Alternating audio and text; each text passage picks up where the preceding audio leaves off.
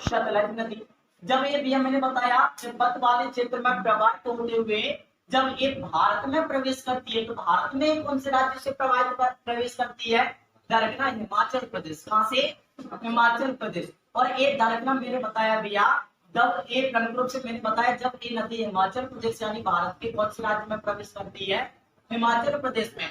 तो जब भैया मैंने बताया जब ये नदी दरकना भारत में हिमाचल प्रदेश वाले क्षेत्र में जब प्रवेश करती है तो मैंने बताया भैया कि हिमाचल प्रदेश के शिवकीला दर्रे से जब ये भारत में प्रवेश करती है तो मैंने बताया भैया इस स्थान पर एक बहुत बड़ी बड़ी घाटियां या बहुत बड़े बड़े गार्जों का निर्माण करती है जिन्हें शिवकीला गार्ज के नाम से जाना जाता है। क्लियर है भैया? तो एक चीज अपन लोगों को थोड़ा समझना है भैया, हमारी जो प्रमुख रूप से सतलज नदी है पहले मैंने आप लोगों को बताया है भैया कि इस नदी का दायरा मैंने बताया सतलज नदी की हम लोग बात कर रहे हैं। तो इस नदी का जो उद्गम स्थल है वो मैंने आप लोगों को बताया है भैया कि ये नदी भैया मैंने बताया कहां से निकली है? मानसरोवर झील के निकट राजस्थान से। क्लियर भैया? तो मैंने बताया है आप लोगों को कि इस नदी का उद्गम इस नदी का उद्गम तिब्बत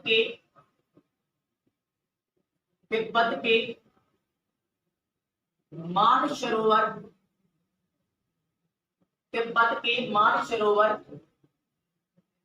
झील के समीप राजस्थान से हुआ है।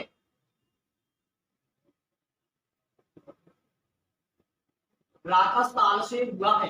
क्लियर है क्या? सबसे पहले हम लोगों ने देखा क्या सतलज नदी के बारे में कि ये नदी निकली कहां से, इस नदी का उद्गम कहां से हुआ है। तो मैंने बताया भैया ये मानसरोवर झील जो है वो कहां पर है? तिब्बत वाले बेल्ट में। क्लियर है भैया?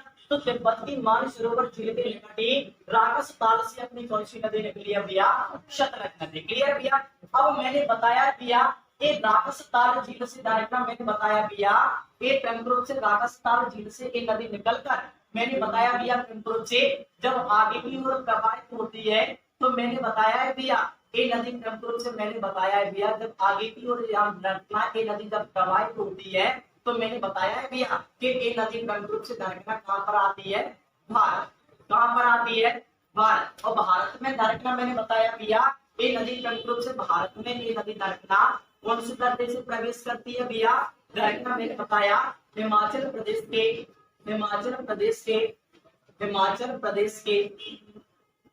के शिवकीला दर्रे से। कौन से दर्रे से भैया? शिवकीला दर्रे से। क्लियर है भैया? मैंने बताया है कि दरकना जब भारत में दरकना मैंने बताया कौन से राज्य में प्रवेश करती है? हिमाचल प्रदेश के शिवकीला दर्रे से जब ये भारत में प्रवेश करती है भैया तो मैंने बताया भैया दर्रे से प्रवेश जब ये भारत में दरकना हिमाचल प्रदेश के शिवकीला दर्रे से जब प्रवेश करती है तो भैया इस हिमाचल प्रदेश के शिवकीला क्षेत्र में ये बहुत गहरी गहरी घाटियों का और बहुत गहरे गहरे गार्जों का क्या करती है? निर्माण करती है। क्लियर है भैया? कहां पर? शिवकीला क्षेत्र में मैंने बताया भैया गहरी गहरी घाटी। क्लियर है भैया? गहरी गहरी घाटी या गहरे गहरे प्रमुख से मैंने बताया किसका निर्माण करती है भैया? गार्ज का निर्माण करती है जिससे प्रमुख से मैंने बताया भैया शिवकीला गार्ज के नाम से जाना जाता है। किसके नाम से जाना जाता है? शिवकीला गार्ज के नाम से जाना जाता है। क्लियर है भैया? अब अपन लोगों को थोड़ा समझने की कोशिश करना है। हम लोग बात कर रहे हैं भैया सतलज नदी के बारे में। तो सबसे पहले मैंने आप लोगों को बताया है भैया कि इस नदी का जो उद्गम है वो भैया कहां से? तिब्बत की मानसरोवर झील के कौन से ताल से? राजस्थान से हुआ है। लेकिन भैया ये नदी दरकना मैंने बताया भैया राजस्थान से निकलकर तिब्बत वाले क्षेत्र में प्रवाहित होते हुए ये भारत के हिमाचल प्रदेश के शिवकीला दर्रे से प्रवेश करती है। क्लियर है भैया? आपसे हमेशा क्वेश्चन पूछा जाता है कि सतलज नदी भारत में कौन से दर्रे से प्रवेश करती है? शिवकीला दर्रे से। कौन से दर्रे से? शिवकीला दर्रे से। और ये शिवकीला दर्रा भारत के कौन से राज्य में है भैया? हिमाचल प्रदेश में। तो भैया दरकना इस तिब्बत वाले क्षेत्र से प्रवाहित होते हुए जब भारत में कहीं न कहीं हिमाचल प्रदेश के शिवकीला दर्रे से जब प्रवेश करती है भैया तो एक प्रमुख से इस दर्रे के निकट ही गहरी गहरी घाटियों का और गहरे गहरे गार्जों का निर्माण करती है जिन्हें प्रमुख से शिवकीला गार्ज के नाम से जाना जाता है। तो आपसे हमेशा क्वेश्चन पूछा जा सकता है कि शिवकीला गार्ज या शिवकीला घाटी का निर्माण कौन सी नदी के द्वारा किया गया है? सतलज नदी के द्वारा। लेकिन क्वेश्चन आपसे पूछा जाता है कि शिवकीला गार्ज भारत के कौन से राज्य में है भैया? मैंने बताया हिमाचल प्रदेश में। क्लियर है भैया? तो आप लोगों को थोड़ा समझने की कोशिश करना है भैया। इस सिप्टीला जो गार्ज है भैया, इस गार्ज का जो निर्माण है वो कौन सी नदी के द्वारा किया गया है? सतलज नदी के द्वारा। कौन सी नदी के द्वारा भैया? सतलज नदी के द्वारा। क्लियर है भैया? लेकिन अपन को थोड़ा समझना है भैया कि सिप्टीला गार्ज जो है वो भारत के कौन से राज्य में है भैया? तो अपन को थोड़ा समझना है भैया, ये गार्ज जो बनी है वो कहाँ पर बनी है? हिमाचल प्रदेश में। कहाँ पर बनी है भैया? हिमाचल प्रदेश में। क्लियर है भैया? तो एक चीज अपन लोगों को समझने की कोशिश करना है। हम लोग बात कर रहे हैं कौन सी नदी की? सतलज नदी की। तो भैया मैंने आप लोगों को बताया है कि इस नदी का उद्गम तिब्बत की मानसरोवर झील के निकट राजस्थान से हुआ है। यह नदी मैंने बताया भैया, देखो तिब्बत वाले क्षेत्र में प्रवाहित होते हुए प्रमुख रूप से ये नदी भारत में जो एंट्री मार रही है वो कहां से मार रही है? हिमाचल प्रदेश के सतपुड़ा दर्रे से। क्लियर है भैया? लेकिन जब ये भारत में भैया ये नदी जब प्रवेश करती है हिमाचल प्रदेश के सतपुड़ा दर्रे से, तो ये बहुत गहरी गहरी घाटियों का, बहुत गहरे गहरे गार्जों का निर्माण करती है, जिन्हें सतपुड़ा गार्ज के नाम से जाना जाता है। तो आपसे क्वेश्चन पूछा जाता है कि सतपुड़ा गार्ज का निर्माण कौन सी नदी के द्वारा किया जाता है? सतलज नदी के द्वारा। लेकिन भैया जानना, सतपुड़ा जो गार्ज है ये भारत के कौन से राज्य में है? हिमाचल प्रदेश में। कौन से राज्य में भैया? हिमाचल प्रदेश में। लेकिन भैया अपन को ये चीज समझना है भैया कि जो सतलज नदी है, अब भैया मैंने बताया एक प्रमुख रूप से मैंने बताया हिमाचल प्रदेश। अब हिमाचल प्रदेश से ये नदी प्रमुख रूप से कहाँ चली जाती है भैया? पंजाब। कहाँ चली जाती है? पंजाब। और पंजाब में ये नदी प्रवाहित होते हुए कहाँ चली जाती है? पाकिस्तान। कहाँ पर चली जाती है भैया? पाकिस्तान। अब मैंने बताया भैया आप लोगों को थोड़ा समझने की कोशिश करना है कि नदी कहाँ पर चली जाती है? पाकिस्तान चली जाती है। पंजाब में प्रवाहित होते हुए कहाँ चली जाती है? पाकिस्तान। अब ये चीज अपन लोगों को समझना है भैया। अब पाकिस्तान के मैंने बताया भैया, मैंने आप लोगों को बताना चाहता हूँ कि पाकिस्तान के मिठानकोट में क्या प्रमुख रूप से? पाकिस्तान की कौन सी जगह भैया? मिठानकोट में। मैंने बताया भैया ये नदी प्रमुख रूप से दाखना अपने जल को ले जाकर प्रमुख रूप से कहीं ना कहीं प्रमुख रूप से कौन सी नदी में डाल देती है? सिंधु नदी में। क्लियर है भैया? मैंने आप लोगों को बताया है भैया कहीं ना कहीं सिंधु नदी में समापन। क्लियर है भैया? ये चीज अपन लोगों को समझने की कोशिश करना है। मैंने आप लोगों को बताया है भैया कि कहीं ना कहीं जो सतलज नदी है भैया, इस नदी धारणा मैंने बताया यह नदी सिंधु नदी तंत्र की 4 नदियों के जल को लेकर गई है। 4 नदियों के जल को मैंने बताया कौन सी नदियों के जल को भैया?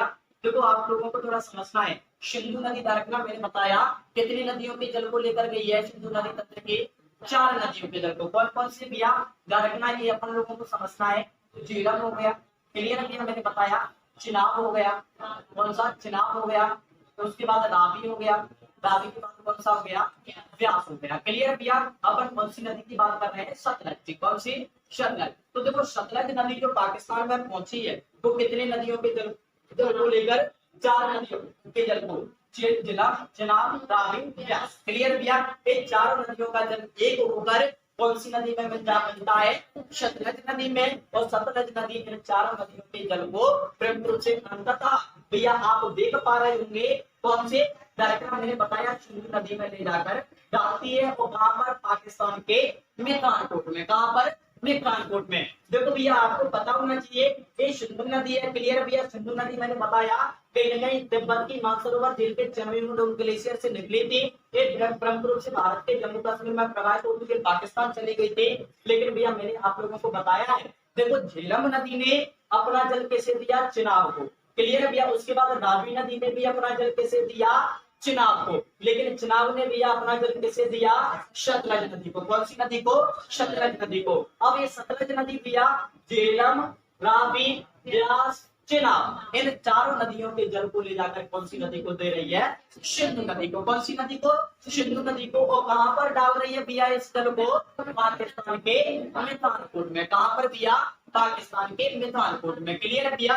लेकिन अपन लोगों को थोड़ा समझने की कोशिश करना है भैया। ये तो मैंने आप लोगों को बताया भैया कि झेलम, चिनाब, रावी जो व्यास डायग्राम मैंने बताया एक चारों की 4 नदियां का जो जल है वो सतलज नदी में मिलता है। और सतलज नदी इन 4 नदियों के जल को ले जाकर कौन सी नदी में ले जाके डाल देती है? सिंधु नदी में। और कहां पर डालती है? पाकिस्तान के मिठानकोट में। कहां पर भैया? पाकिस्तान के मिठानकोट में। क्लियर है भैया? लेकिन आपसे क्वेश्चन पूछा जाता है कि सिंधु नदी आप लोगों को डायरेक्ट रूप से दिख रहे होंगे कि कहीं ना कहीं मैंने बताया ये सिंधु नदी बह रही है और इस सिंधु नदी का हो गया प्रमुख रूप से दायां तट भैया, और ये हो गया कौन सा तट, बायां तट। क्लियर भैया, ऊपर की तरफ होता है अपना दायां तट और नीचे की तरफ होता है बायां तट। तो देखो मैंने बताया है भैया, कहीं ना कहीं मैं आपसे पूछना चाहता हूँ कि जो प्रमुख रूप से सतलज नदी है हमारी, वो सिंधु नदी को कौन से तट पर जाकर मिलती है, बाएं तट पर। कौन से तट पर भैया, मैंने बताया है आप लोगों को ये चीज समझना है। सिंधु नदी में जो समापन हो रही है भैया, मैंने बताया सतलज नदी, वो कौन से तट पर, बाएं तट पर। कौन से तट पर भैया, बाएं तट पर। क्लियर भैया, लेकिन अपन लोगों को वही आगे की बात कर दिया, तो ये चीज अपन लोगों को समझना है। ये तो मेरे भैया बाएं तट से बात कर ली। क्लियर भैया, अगर आपसे क्वेश्चन पूछा जाता है कि सिंधु नदी के बाएं तट से कौन कौन सी नदियां मिल रही हैं, झेलम, चिनाब, रावी, ब्यास, सतलज, जिन्हें पंचनद के नाम से भी जाना जाता है। क्लियर भैया, पंचनद कितनी नदियों के समूह को बोला हम लोगों ने, 5 नदियों के समूह को। और 5 नदी कौन कौन सी है, झेलम, चिनाब, रावी, ब्यास, सतलज। और मैंने बताया भैया कि पांचों की पांचों नदियां अपने जल को ले जाकर सिंधु नदी का दरकना कौन से तट पर मिलती है, बाएं तट पर। लेकिन भैया मैंने बताया सिंधु नदी की कुछ दाएं तट से मिलने वाली भी नदियां हैं, जिनमें प्रमुख रूप से अपन गुर्रम देख सकते हैं, श्योक देख सकते हैं, उसके बाद दरकना काबुल देख सकते हैं, जो कि अफगानिस्तान की नदियां हैं। क्लियर है भैया, तो एक चीज अपन लोगों को थोड़ा समझने की कोशिश करना है कि कहीं ना कहीं सिंधु नदी की मैंने आपसे बात की है भैया, तो सिंधु नदी के देखो बाएं तट से तो दरकना कहीं ना कहीं झेलम हो गया, चिनाब हो गया, रावी हो गया, ब्यास हो गया, और उसके बाद कौन सा, सतलज। दरकना मैंने बताया ये कौन सी नदी है भैया अपनी, सतलज। ये सभी नदियां दरकना, ये 5 की 5 नदियां दरकना सिंधु नदी में कौन से तट पर जाकर मिल रही हैं, बाएं तट पर। लेकिन भैया अपन को थोड़ा समझना है, सिंधु नदी के बाएं तट से भी आकर कुछ नदियां मिलती हैं, और ये नदियां कौन कौन सी हैं भैया, दरकना कौन सा तट है, बायां तट, यानी दायां तट। कौन सा, दायां तट। इनमें अपन देख सकते हैं भैया, श्योक नदी हो गई, क्लियर है भैया, दावरा नदी हो गई, और मैंने बताया उसके बाद कौन सी भैया, कुर्रम नदी हो गई। ये सभी प्रमुख रूप से मैंने बताया श्योक, दावरा और कुर्रम, ये सभी मैंने बताया कि जो नदियां हैं एक अफगानिस्तान से प्रवाहित होते हुए दरकना प्रमुख रूप से कौन सी नदी में आकर मिलती है, सिंधु नदी में। लेकिन एक कौन से तट पर आकर मिल रही है, दाएं तट पर। कौन से तट पर भैया, दाएं तट की सहायक नदी। कौन से तट की सहायक नदी है भैया, दाएं तट की। क्लियर है भैया, लेकिन मैंने बताया बाएं तट पर कौन सी नदियां मिल रही है भैया, पंचनद। क्लियर है भैया, पंचनद कौन सी नदियां, झेलम, चिनाब, रावी, ब्यास, सतलज। ये पांचों की पांचों नदियां भैया सिंधु नदी के कौन से तट पर मिलती हैं, बाएं तट पर। लेकिन श्योक, ताबुर और कोर्रम, ये तीनों की तीनों नदियां मैंने बताया भैया सिंधु नदी के कौन से तट पर मिलती हैं, दाएं तट पर। कौन से तट पर भैया, दाएं तट पर। क्लियर है, तो ये अपन लोगों ने दरकना बात की किसकी, सतलज नदी की। तो भैया मैंने आप लोगों को बताया है कि इस नदी का उद्गम दरकना तिब्बत की मानसरोवर झील के निकट कहां से हुआ है, राजस्थान से। लेकिन भैया ये नदी राजस्थान से प्रवाहित होते हुए प्रमुख रूप से भारत के हिमाचल प्रदेश के दरकना शिवकीला दर्रे में से प्रवेश करती है, कहां पर, भारत में। क्लियर भैया, क्वेश्चन आपसे पूछा जाता है कि सतलज नदी भारत में किस दर्रे से प्रवेश करती है, शिवकीला दर्रे से। और ये शिवकीला दर्रा अपना कौन से राज्य में है भैया, हिमाचल प्रदेश में। लेकिन भैया जब ये नदी दरकना भारत में से शिवकीला दर्रे से प्रवेश करती है, तो गहरी गहरी घाटियां, गहरे गहरे गाज बनाती है, जिन्हें सतकीला गाज के नाम से जाना जाता है। तो भैया आपसे क्वेश्चन पूछा जाता है कि सतकीला गाज का निर्माण कौन सी नदी के द्वारा किया जाता है, सतलज नदी के द्वारा। ये गाज भारत के कौन से राज्य में स्थित है, हिमाचल प्रदेश में। क्लियर है भैया, लेकिन मैंने आप लोगों को बताया है भैया कि जब ये नदी हिमाचल प्रदेश के सतकीला दर्रे से आगे की ओर बहती है, तो ये नदी कहां पर पहुंचती है, पंजाब पहुंचती है, और पंजाब के बाद ये नदी मैंने बताया कहां चली जाती है, पाकिस्तान। अब भैया ये नदी देखो पाकिस्तान में कितनी नदियों के जल को लेकर गई है, 4 नदियों के जल को। मैंने बताया सतलज नदी जब पाकिस्तान में जाती है भैया, तो एक कितनी नदियों के जल को अपने साथ लेकर जाती है, 4 नदियों के जल को। एक झेलम, एक चिनाब, एक रावी और एक कौन सा, ब्यास। इन 4 नदियों के जल को भैया एक करके संयुक्त रूप से दरकना मैंने बताया मिलाकर दरकना पाकिस्तान के मिठानकोट में कौन सी नदी में डाल देती है, सिंधु नदी में। कौन सी नदी में, सिंधु नदी में। तो मैं आपसे क्वेश्चन पूछना चाहता हूँ भैया सतलज कौन सी नदी की सहायक नदी है, सिंधु नदी की। कौन सी नदी की, सिंधु नदी की, जो कि सिंधु नदी में दरकना कौन से तट से जाकर मिल रही है, बाएं तट पर। कौन से तट पर, बाएं तट पर। और कहां पर जाकर मिल रही है, पाकिस्तान के मिठानकोट में। कहां पर भैया, पाकिस्तान के मिठानकोट में। क्लियर है भैया, लेकिन अपन लोगों को थोड़ा समझना है भैया। मैंने आप लोगों को बताया है कि सिंधु नदी के बाएं तट से जो पंच नदियां मिलती हैं, और पंच नदियां आप समझ गए, झेलम, चिनाब, रावी, ब्यास और शतलज। लेकिन मैंने बताया है भैया सिंधु नदी के, मैंने बताया भैया दाएं तट से भी दरमियान कुछ नदियां मिलती है, जैसे श्योक, दावरपुर। एक कौन सी नदी की सहायक नदियां हैं? सिंधु नदी की सहायक नदियां हैं, जो अफगानिस्तान देश की नदियां हैं। और ये नदियां मैंने बताया है भैया कहीं कहीं सिंधु नदी के दाएं तट पर आकर मिलती। क्लियर भैया? तो ये आप लोगों ने बात की है कौन सी नदी के बारे में? सतलज नदी के बारे में। क्लियर भैया? तो ये चीज समझे, आपको हेडिंग बनाए सतलज नदी का। अगला जो शास्त्रीय नृत्य कौन सा है भैया? मोहिनी अट्टम। क्या है भैया? मोहिनी अट्टम। आवाज नहीं भैया, किधर देखें, मोहिनी अट्टम। देखो मोहिनी अट्टम के बारे में अपन लोग बात करेंगे। रखना अगला जो शास्त्रीय नृत्य जिसका नाम क्या है अपना? मोहिनी अट्टम। तो देखो भैया आवाज में मैंने आप लोगों को बताया था कि भारत में कुल कितने शास्त्रीय नृत्य हैं? 8। क्लियर भैया? मैंने बताया भारत में कुल कितने शास्त्रीय नृत्य हैं? 8 शास्त्रीय नृत्य हैं। मैंने बताया भारत में कुल शास्त्रीय नृत्यों की संख्या जो बताई थी मैंने आपको, कितनी? 8। मैंने बताया था भैया कहीं ना कहीं प्रमुख रूप से भरतनाट्यम पढ़ाया था मैंने, कहाँ पर? तमिलनाडु में। उसके बाद मैंने बताया है भैया प्रमुख रूप से कुचिपुड़ी पढ़ाया था, कहाँ पर? आंध्र प्रदेश में। उसके बाद मैंने आप लोगों को दक्षिण ओडिसी पढ़ाया था, कहाँ पर? उड़ीसा में। मणिपुरी पढ़ाया था मणिपुर में। कथक पढ़ाया था दक्षिण मैंने बताया उत्तर प्रदेश में, जो कि प्रमुख रूप से मैंने बताया उत्तर भारत का एकमात्र शास्त्रीय नृत्य था। लेकिन उसी के बाद धरकना हम लोगों ने कथकली पर भी बात कर ली थी। तो मैंने बताया था भैया कि क्वेश्चन आपसे पूछा जाता है कि भारत का एकमात्र ऐसा कौन सा राज्य है जिसके 2 शास्त्रीय नृत्य हैं? तो मैंने आप लोगों को बताया था भैया कि भारत का केरल एकमात्र ऐसा राज्य है भैया जिसके कितने 2 शास्त्रीय नृत्य हैं। एक तो मैंने बताया कथकली, और दूसरा जो शास्त्रीय नृत्य है वो कौन सा है? मोहिनी अट्टम। कौन सा? मोहिनी अट्टम। तो भैया मैंने आपको याद करने की ट्रिक भी बताई थी। अपन को याद रखना है भैया कि कहीं ना कहीं प्रमुख रूप से मोहिनी और जो कथकली नामक जो लड़कियां हैं वो दोनों की दोनों कहाँ पर रहती हैं? केरल में। तो मैंने आप लोगों को बताया कि आप मोहिनी अट्टम के बारे में बात कर रहे हैं, तो मैंने भैया आप लोगों को सबसे पहले अपन को इस शास्त्रीय नृत्य के बारे में ये जानने की कोशिश करना है भैया कि जो मोहिनी अट्टम जो शास्त्रीय नृत्य है भैया, ये भारत के कौन से राज्य का शास्त्रीय नृत्य है? तो अपन को समझना है भैया जो मोहिनी अट्टम है वो भारत के कौन से राज्य का शास्त्रीय नृत्य है? केरल का। कौन से राज्य का है भैया? केरल का। क्लियर भैया?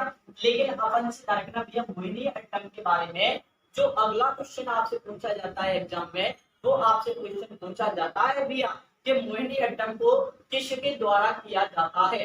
कल मैंने आप लोगों को कथकली पढ़ाया था केरल में, तो मैंने बताया कि भैया कथकली जो शास्त्रीय नृत्य था केरल का, ये उसे सिंगल पुरुष यानी एकल पुरुष के द्वारा किया जाता है। लेकिन मैंने वही अगर हम लोग बात करें केरल की मोहिनी अट्टम शास्त्रीय नृत्य की, तो मैंने बताया भैया अपन लोगों को थोड़ा समझना है भैया यह नृत्य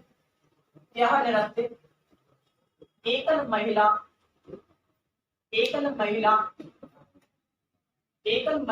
के द्वारा किया जाता है। क्लियर है भैया? क्वेश्चन आपसे डायरेक्ट मैं अब भी कह रहा हूँ कि डायरेक्टली क्वेश्चन पूछते जाते हैं। क्वेश्चन पूछा जाता है कि केरल का वह कौन सा शास्त्रीय नृत्य है जो सिंगल पुरुष यानी प्रमुख रूप से एकल पुरुष के द्वारा किया जाता है? कथकली। लेकिन केरल का वह कौन सा शास्त्रीय नृत्य है जिसे एकल महिला के द्वारा किया जाता है भैया? डायरेक्ट मोहिनी अट्टम। लेकिन भैया सबसे डायरेक्ट अपन लोगों को अगला भी क्वेश्चन याद रखना है जो अभी हाल ही में एमपी पुलिस में क्वेश्चन पूछा भी गया था कि कहीं न कहीं अपन लोगों को याद रखना है भैया कि इस नृत्य में क्या भैया सफेद रंग की साड़ी का प्रयोग किया जाता है? क्लियर भैया? आप लोगों को थोड़ा समझना है सफेद रंग की साड़ी का प्रयोग किया जाता है। तो मैंने बताया भैया अगर कोई महिला है, अगर वो प्रमुख रूप से मैंने बताया अगर कोई महिला है, तो मैंने आप लोगों को बताया कि अगर कोई महिला है तो मैंने बताया अगर भैया वो प्रमुख रूप से मैंने बताया मोहिनी अट्टम जो शास्त्रीय नृत्य है उसे कर रही है तो मैंने बताया वो कौन से रंग की साड़ी का प्रयोग करती है, ध्यान रखना मैंने बताया सफेद रंग की साड़ी का। तो ये चीज अपन लोगों को बेसिक समझ के रखनी है भैया। आपसे हमेशा क्वेश्चन पूछा जाता है कि मोहिनी अट्टम के बारे में हम लोग बात कर रहे हैं। तो मैंने बताया भैया कि जो मोहिनी अट्टम जो शास्त्रीय नृत्य है भारत के कौन से राज्य का शास्त्रीय नृत्य है, केरल का। लेकिन भैया आपसे क्वेश्चन पूछा जाता है कि केरल का वह कौन सा शास्त्रीय नृत्य है जो सिंगल फीमेल यानी एकल महिला के द्वारा किया जाता है, मोहिनी अट्टम। लेकिन भैया आपसे क्वेश्चन पूछा जाता है कि मोहिनी अट्टम शास्त्रीय नृत्य में किस रंग की साड़ी का प्रयोग किया जाता है, सफेद रंग की साड़ी का। क्लियर है भैया, क्योंकि मैंने बताया मोहिनी अट्टम से संबंधित जो शास्त्रीय जो प्रमुख रूप से मैंने बताया जो डांसर जो नर्तक होते हैं वो प्रमुख रूप से मैंने बताया कौन सी साड़ी का प्रयोग करती हैं, रखना सफेद रंग की साड़ी का। क्लियर है भैया। लेकिन अपन रखना वहीं आगे की ओर बात करें तो ये जानकारी तो अपने को जाननी है किसके, मोहिनी अट्टम के बारे में। लेकिन अपन लोग वहीं आगे की ओर बात करें तो अब हम लोग देखेंगे मोहिनी अट्टम से संबंधित प्रमुख रूप से क्या कलाकार, क्या भैया नर्तक यानी प्रमुख रूप से ऐसे कौन कौन से डांसर भारत के अंदर पैदा हुए हैं जो कि मोहिनी अट्टम डांस करते थे। क्लियर है भैया। तो अपन धरकना मैंने बताया अगला देख रहे हैं धरकना मोहिनी अट्टम, मोहिनी अट्टम, मोहिनी अट्टम से संबंधित मोहिनी अट्टम से संबंधित नर्तक, मोहिनी अट्टम से संबंधित नर्तक। क्लियर है भैया। तो देखो अपन धरकना भैया मोहिनी अट्टम से संबंधित धरकना मैंने बताया अपन लोग देखेंगे कि भारत में कौन कौन से ऐसे डांसर कौन कौन से ऐसे नर्तक पैदा हुए हैं जो कौन सा नृत्य करते हैं, मोहिनी अट्टम। तो देखो भैया अपन को थोड़ा समझना है मोहिनी अट्टम से संबंधित हम लोग नर्तकों की बात कर रहे हैं तो ये चीज अपन लोगों को समझने की कोशिश करना है। तो भैया सबसे पहले दरकना अपन लोगों को थोड़ा समझना है कि दरकना सबसे जो फेमस है वो दरकना अपन लोगों को याद रखना है भारती शिवाजी। क्या भैया, भारती शिवाजी। आपसे हमेशा क्वेश्चन पूछा जाता है कि भारतीय शिवाजी का संबंध भारत के किस शास्त्रीय नृत्य से है, तो मैंने बताया भैया कौन से शास्त्रीय नृत्य से, मोहिनी अट्टम से। क्लियर है भैया। मैंने बताया भारतीय शिवाजी जो महिला है वो भैया मैंने बताया कौन से नृत्य से संबंधित है, मोहिनी अट्टम से। क्लियर है भैया। लेकिन अपन लोग वहीं आगे की ओर बात करें तो और कुछ प्रसिद्ध नाम देख सकते हैं हम लोग। रखना मैंने बताया भारतीय शिवाजी के बाद हम लोग और भी देख सकते हैं जैसे हेमा मालिनी हो गई। क्लियर है भैया, हेमा मालिनी। तो क्वेश्चन आपसे पूछा जाता है भैया कि हेमा मालिनी प्रमुख रूप से मैंने बताया आपको कि जो भारतीय सिनेमा की अभिनेत्री होने के साथ साथ एक कथकली शास्त्रीय यानी मोहिनी अट्टम शास्त्रीय नृत्य की एक बहुत अच्छी डांसर मानी जाती हैं जिनका नाम क्या है, हेमा मालिनी। तो भैया आपसे डायरेक्ट क्वेश्चन पूछा जाता है एग्जाम में कि हेमा मालिनी का संबंध भारत के कौन से शास्त्रीय नृत्य से है, मोहिनी अट्टम से। हेमा मालिनी का संबंध भैया भारत के कौन से शास्त्रीय नृत्य से है, मोहिनी अट्टम से। क्लियर है भैया। हेमा मालिनी के बाद भी अपन लोग देखें भैया तो और भी अपन लोग देख सकते हैं कौन सी भैया, श्रीदेवी हो गई अपनी, कौन हो गई भैया, श्रीदेवी हो गई। श्रीदेवी जी का भी संबंध किससे है भैया, मैंने बताया अपना मोहिनी अट्टम से। क्लियर है भैया। और कलाकार अपन लोग देखें तो कल्याण मंडलम अम्बा हो गई। क्लियर है भैया। ये चीज अपन लोगों को समझने की कोशिश करना है कि कल्याण मंडलम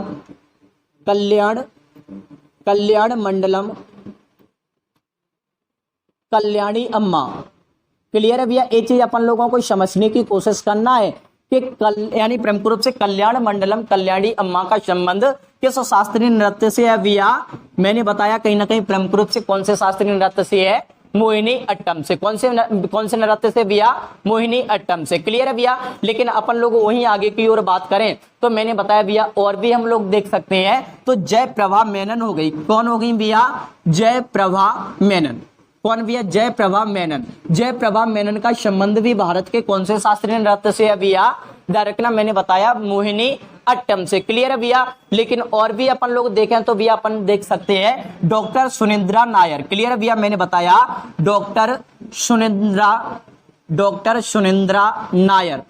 डॉक्टर सुनिंद्रा नायर का जो संबंध है भैया वो कौन से शास्त्रीय नृत्य से है, रखना मोहिनी अट्टम से। कौन से भैया, मोहिनी अट्टम से। क्लियर है भैया। लेकिन अपन लोगों को थोड़ा समझने की कोशिश करना है भैया। गीता गायक की भी अपन लोग बात करें तो गीता गायक का भी संबंध कौन से शास्त्रीय नृत्य से है, दरकना मैंने बताया मोहिनी अट्टम से। तो भैया ये हम लोगों ने बात की है कौन से शास्त्रीय नृत्य की, मोहिनी अट्टम की। तो मैंने बताया है भैया आपको केरल की बात की थी, तो मैंने आप लोगों को बताया था कि भारत का केरल एकमात्र ऐसा राज्य है जिसके कितने 2 शास्त्रीय नृत्य हैं। क्लियर है भैया।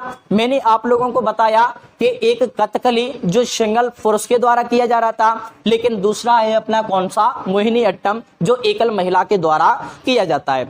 लेकिन भैया आप लोगों को मैंने बताया था कि केरल के दोनों आप लोगों को शास्त्रीय नृत्य याद रखना है। एक छोटी सी बात मैंने बोली थी कि कथकली और मोहिनी नामक जो दोनों लड़कियां हैं वो भारत के कौन से राज्य में रहती हैं, केरल में। तो अपन को याद रखना है कि मोहिनी अट्टम चाहे प्रमुख रूप से कथकली, दोनों के दोनों नृत्य कौन से प्रमुख रूप से राज्य के शास्त्रीय नृत्य हैं, केरल के। लेकिन भैया हम लोग बात कर रहे हैं मोहिनी अट्टम के बारे में। तो मोहिनी अट्टम के बारे में भैया मैंने आप लोगों को बताया है कि कहीं ना कहीं ये भारत के कौन से राज्य का शास्त्रीय नृत्य है भैया, केरल का। लेकिन भैया आपसे क्वेश्चन पूछा जाता है कि केरल का वह शास्त्रीय नृत्य कौन सा है जिसे सिंगल फीमेल यानी प्रमुख रूप से सिंगल फीमेल एकल महिला के द्वारा किया जाता है, कौन सा भैया, मोहिनी अट्टम। लेकिन आपसे क्वेश्चन पूछा जाता है कि मोहिनी अट्टम शास्त्रीय नृत्य में किस रंग की साड़ी का प्रयोग किया जाता है, सफेद रंग की। कैसी रंग की भैया, सफेद रंग के। जबकि मैंने बताया भरतनाट्यम में कैसे रंग के, गुलाबी रंग के। कैसे रंग के,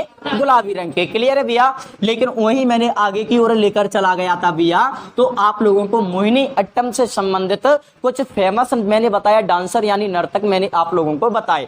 तो देखो आप लोग ज्यादा तरीके से ये चीज अपन लोगों को समझना है कि कहीं ना कहीं भैया मोहिनी अट्टम में अगर आप लोग देखें तो ज्यादा तरीके से मैंने बताया। देखो आप लोगों को पता है दरकना महिलाओं के ही नाम आ रहे हैं, क्योंकि भैया इस नृत्य को कौन करती है, महिलाएं करती हैं। तो भैया अगर आपसे दरकना, मैं अब भी कह रहा हूं मोहिनी अट्टम दरकना शास्त्रीय नृत्य से अगर वो डांसर पूछ रहा है आपको, तो अगर ऑप्शन में किसी पुरुष का नाम आ रहा है तो पुरुष वाले ऑप्शन को तो आपको वैसे ही साइड में रख देना है।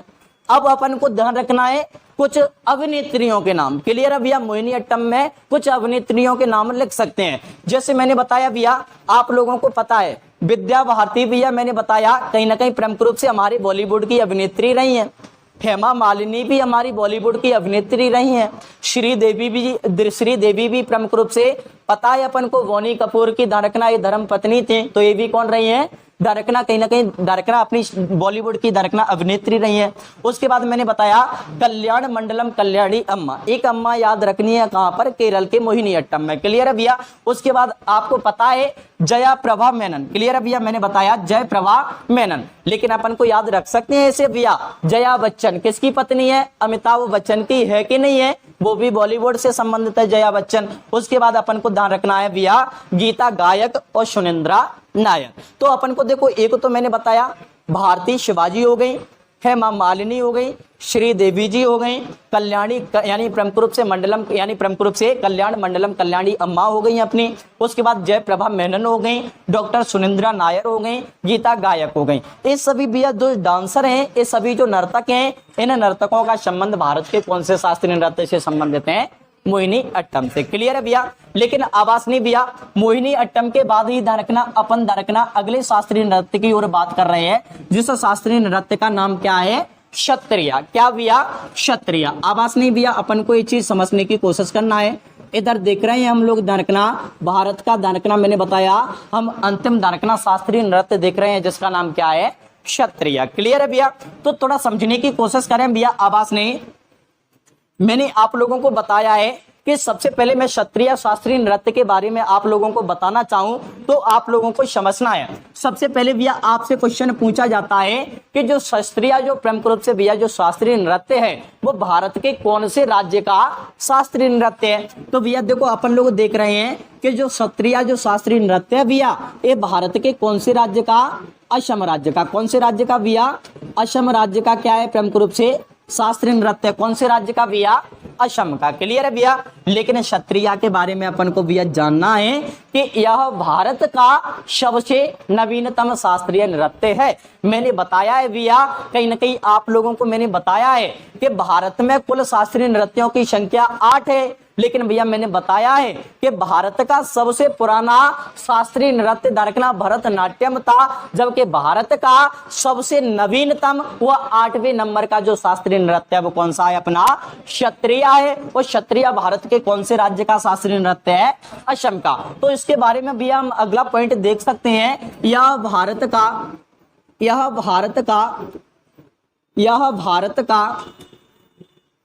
8वें नंबर का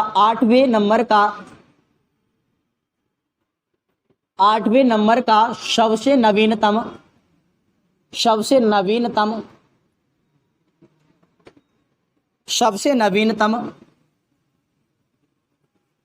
शास्त्रीय नृत्य है। क्लियर है भैया? मैंने बताया भैया प्रमुख रूप से आप लोगों को मैंने बता ही दिया है। जिसे कब अपनाया गया था भैया? वर्ष 2000 में। कब अपनाया गया भैया? इसे वर्ष 2000 में इसे अपनाया गया। क्लियर है भैया? मैंने बताया इसे कब अपनाया गया था? वर्ष 2000 में। क्लियर है भैया? तो मैंने आप लोगों को क्षत्रिय के बारे में बता रहा हूं भैया। तो क्षत्रिय मैंने तो मुझे ये बता दें भारत के कौन से राज्य का शास्त्रीय नृत्य है भैया? असम का। क्लियर है भैया? लेकिन आपसे क्वेश्चन पूछा जाता है, भारत में मैंने आप लोगों को पढ़ाया है भैया कि भारत में शास्त्रीय नृत्य यानी क्लासिकल डांस की जो टोटल संख्या है वो कितनी है? 8 है। लेकिन भैया मैंने बताया इन 8 दरकना शास्त्रीय नृत्यों में 8वें नंबर का और भारत का सबसे जो नवीनतम जो शास्त्रीय नृत्य जो माना जाता है उसका नाम क्या है? क्षत्रिय। तो अपन को 2 पॉइंट बेसिक याद रखनी है। भारत का सबसे पुराना शास्त्रीय नृत्य भरतनाट्यम था, और मैंने बताया भारत का सबसे नवीनतम शास्त्रीय नृत्य कौन सा है भैया? क्षत्रिय, जो कौन से राज्य का है? असम का। और भैया इसे भैया भारत का 8वां दरकना शास्त्रीय नृत्य कब अपनाया गया था? वर्ष 2000 में। क्लियर है भैया? लेकिन क्षत्रिय के बारे में अपन लोग देखें, आगे की ओर देखें तो एक चीज अपन लोगों को समझना है भैया, क्षत्रिय से संबंधित हम लोग क्या देख रहे हैं? नर्तक देख रहे हैं। क्लियर है भैया? यानी प्रमुख रूप से इस नृत्य से संबंधित नर्तक। क्लियर है भैया? आवाज नहीं, क्षत्रिय से संबंधित हम किसकी? डांसरों की, कुछ डांसरों की, कुछ नर्तकों की हम लोग भैया बात करेंगे, जिनमें आप लोग देख सकते हैं आवाज नहीं। तो अपन लोगों को ये चीज समझने की कोशिश करना है भैया, इनमें भी कुछ फेमस डांसर हुए हैं। जैसे मैंने बताया भैया प्रमुख रूप से अपन को थोड़ा समझना है श्रीमंत शंकरदेव। क्लियर है भैया? श्रीमत शंकरदेव का जो संबंध है भैया, श्रीमत शंकरदेव का जो संबंध है वो भारत के कौन से शास्त्रीय नृत्य से है? दरकना मैंने बताया क्षत्रिय से। कौन से नृत्य से? क्षत्रिय से। क्लियर है भैया? लेकिन अपन लोग थोड़ा समझते हैं भैया, आगे की ओर बात करें तो देखो मैंने गुरु जो बताए थे, चाहे गुरु अमोवी हो, चाहे गुरु विपिन सिंह हो, चाहे गुरु अमली सिंह हो, ये सभी कहां पर थे भैया? मैंने बताया मणिपुरी में। कहां पर थे? मणिपुरी में। लेकिन अपन को ध्यान रखना है भैया गुरु जतिन गोस्वामी, दरकना मैंने बताया कौन भैया? गुरु जतिन गोस्वामी का जो संबंध है भैया, गुरु जतिन गोस्वामी का जो संबंध है वो कैसा शास्त्रीय नृत्य से है? क्षत्रिय से। किससे है भैया? क्षत्रिय से। क्लियर है भैया? लेकिन अपन लोग थोड़ा वहीं आगे की ओर बात करें तो अगला जो नाम देख सकते हैं वो क्या देख सकते हैं? शारदीय शेकिया। अगला जो डांसर है वो क्या है भैया?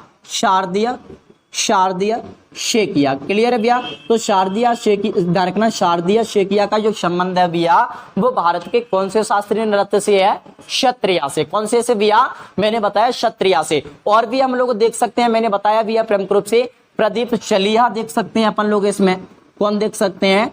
प्रदीप चलिया देख सकते हैं। क्लियर है भैया? ललिता ओझा देख सकते हैं,